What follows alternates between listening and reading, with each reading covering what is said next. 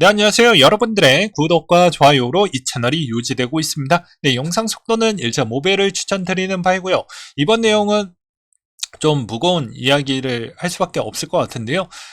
SEC 위원장의 지금 또 다른 카드를 만지작거리고 있다라는 것과 바이낸스의 또, 또 이야기, 이걸 좀 해석을 해볼 필요성이 있을 것 같고요.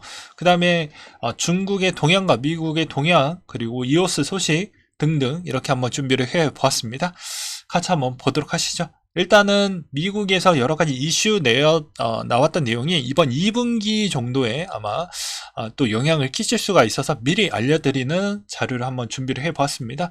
이제 고용 노동은 노동부 집계추이에 있는 보고서가 좀 늦고 현 상황에 있는 인디드나 지크루터에서 보는 데이터는 지금 현실에 있는 고용 추이를 계속해서 리얼타임으로 반영을 하고 있기 때문에 이 괴리폭이 좀 크다.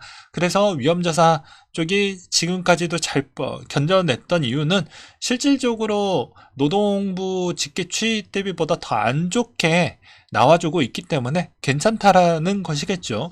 그 다음으로 중앙은행 자산 규모가 증시 움직임과 밀접한 관련도가 있다라는 내용이 있는데요. 이건 뭐 총 통화량 대비와 비슷하게 움직여주고 있다고 보시면 될 것 같습니다. 최근 동향을 보게 되면 중국의 양회를 통해서 이제 돈을 풀려고 하는 액션이 좀 이루어졌기 때문에 그 영향성과 일본에서는 계속 스탠스가 변화 없이 계속 양적 완화 추이를 고정값으로 계속 보여주고 있죠. 그 영향으로 인해서 위험자산에 있는 자금이 계속 들어오려고 하는 일부 자금이 있었기 때문에 더 덜 밀렸다. 조정이 덜 나왔다. 이렇게 보시는 분들도 계셨고요.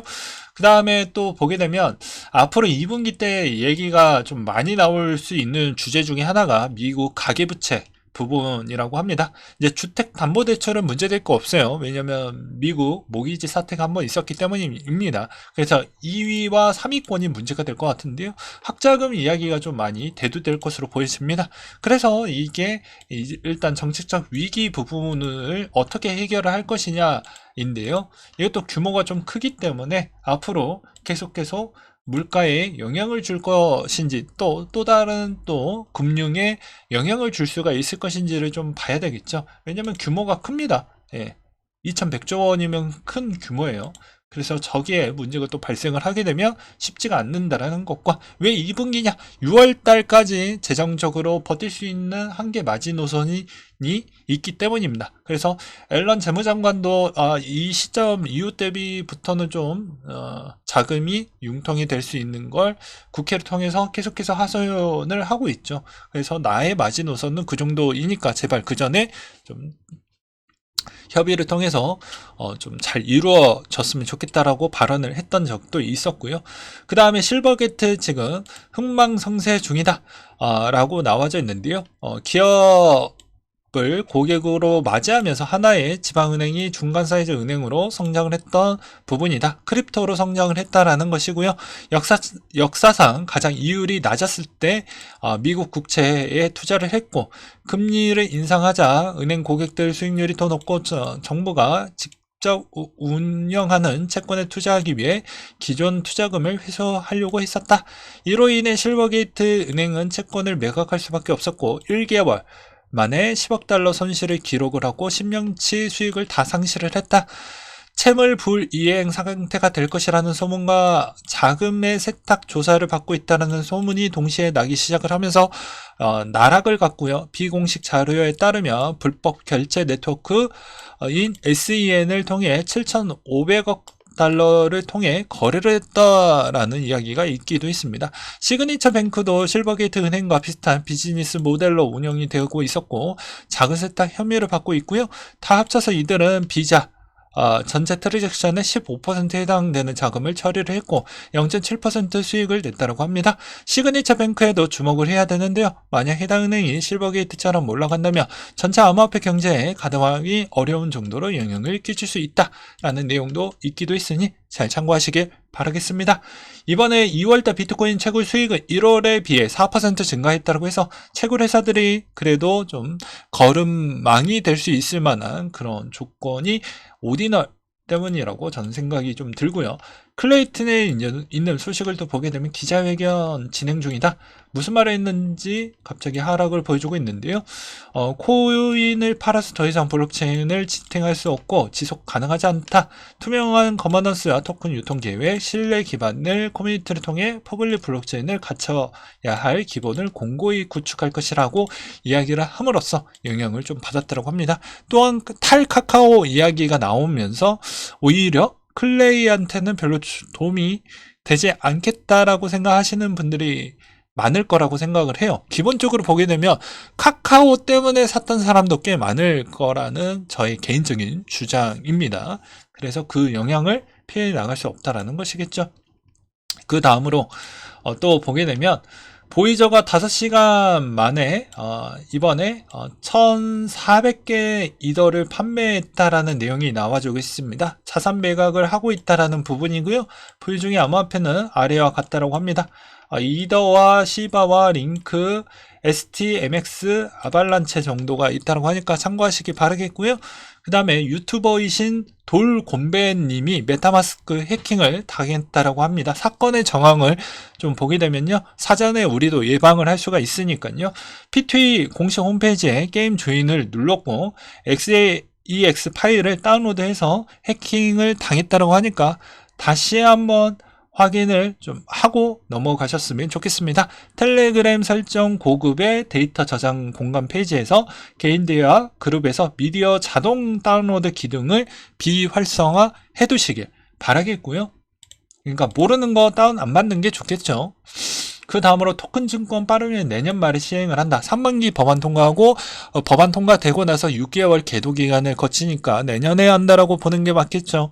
그 다음으로 중국에서 양회에서 나왔던 내용이, 이 내용이 우리한테 좋아요. 아까 앞에서 제가 빌드업을 하기 위한 이 과정으로 이걸 설명을 하기 위한 형태였습니다. 왜냐면 GDP 5.5 정도를 내려고 하면 어떻게 하겠습니까? 분양책을 꺼내야 되겠죠. 그러면 돈을 많이 풀 것입니다. 그러면 돈을 어디다가 많이 쓸 것이냐도 중요하겠죠. 근데 홍콩에 있는 암호화폐 거래소 부분도 정리를 한번 하고 간다라고 했으니 일정 자금 들어올 거고, 그 다음에 뭐 반도체나 이런 쪽도 좀 해보려고 요즘 만지작거리고 있기 때문에 이런 측면을 좀 보실 필요성이 있을 것 같아서 한번 준비를 해봤고요. 그 다음에 바이낸스 CEO가 해당 트윗에서 요즘 여러 이야기를 적어놨는데, 간단하게 교육, 규정 준수, 제품 서비스, 퍼드 가짜뉴스 공격 무시해라, 뭐 이런 이야기가 나오고 있는데, 여기에서도 이제 이런 내용을 보면서 해석하는 두 가지 유형에 있는 파로 나뉘어진다라고 보시면 될 것 같습니다. 그래, 별거 아니겠지. 그리고 이거 별거가 아닌 게 아니다 라고 이제 보시는 분들도 계시는데요. 이건 각자 한번 생각을 해보셨으면 좋겠습니다. 근데 제가 보았을 때는 바이낸스가 통짜로 날아가기에는 어렵습니다. 왜 그러냐면 바이낸스는 생태계 지원을 많이 해주고 있는 프로젝트가 아직도 잘 돌아가는 게 있고요. 수직 계열화도 있기 때문에 만약에 바이낸스를 완벽하게 죽여버리면 좀 쉽지가 않거든요.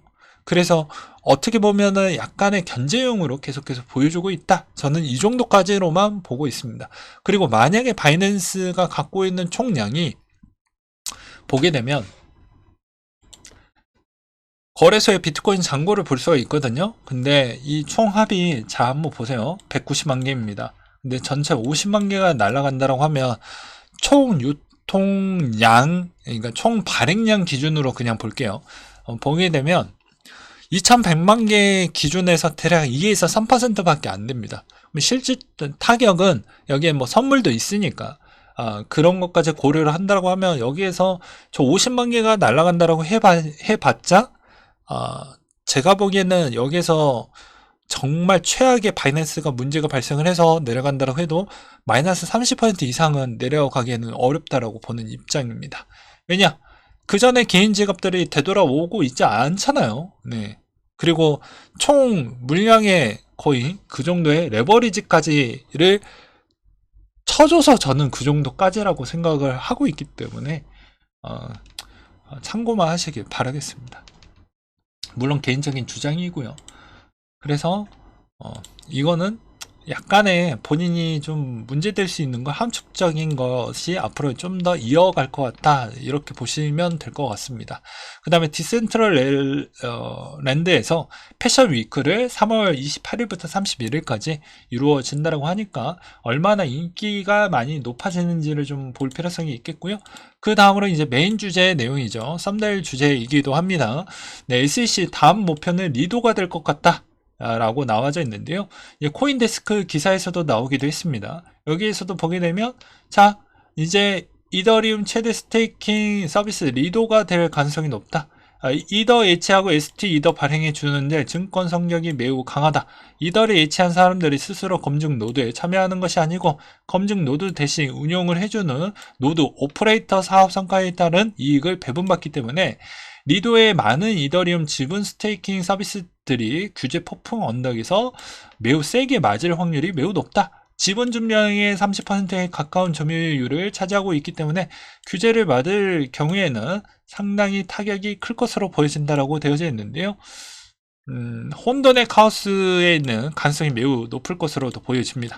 왜냐하면 이거는 솔직히 말을 해서 코에 걸면 코걸이고 귀에 걸면 귀걸이가 될 수가 있어요. 왜냐면 이건 스테이킹 서비스를 해주고 있지만 그냥 내가 취합을 해줘서 그냥 중개해주는 중개자 역할인데, 이거는 좀 케이스가 다르긴 하죠. 네. 거래소 쪽은 완벽하게 그냥 내가 위임을 줘서 내 코인을 그냥 넣어주는 효과인데, 리도 개념은 조금은 그것보다는 다른 케이스로 보는 게 맞긴 하지만, 이제 SEC 위원자 입장에서는 네 코인 네가 지켜라, 네가 이거 알아서 배워서 네가 알아서 그냥 직접 그렇게 해라 라고 되어져 있는데, 누가 그렇게 번거롭게 하려고 하겠습니까? 예.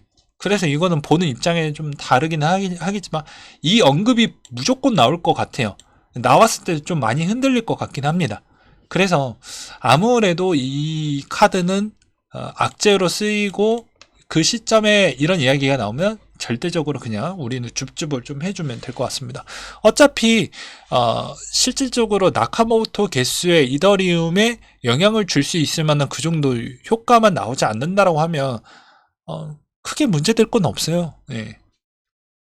그래서 거래소 거와 이제 이 리도에 있는 차이는 분명한 차이점이 있다. 근데 리도는 코걸이가 될 확률이 매우 높기 때문에 우리는 이 점만 좀 조심하면서 가보자 라고 말씀을 드리고 싶습니다. 예, 그래서 이 내용이 나올 때마다 좀 흔들릴 것 같긴 합니다. 그리고 위미스에 무슨 일이 일어났는지 갑자기 떡락이 한번 나왔던 적이 있었다라고 하고요. 그 다음으로 이제 테더가 계속해서 공격을 받고 있는데요. 서류 위조의 유령 회사를 활용을 했다라고 해서 테더 홀딩사 자매회사 비트파이넥스 각종 편법으로 동원한 정황이 월스트리트 저널 입수한 내부 이메일에 담겼다. 그래서 다른 회사 해당 기업의 명의와 수법의 새 은행 계좌를 열어서 많이 재탕, 삼탕, 사골탕을 좀 했다라는 내용이 계속해서 불거져 나오고 있고 확산이 되어 가고 있는데요.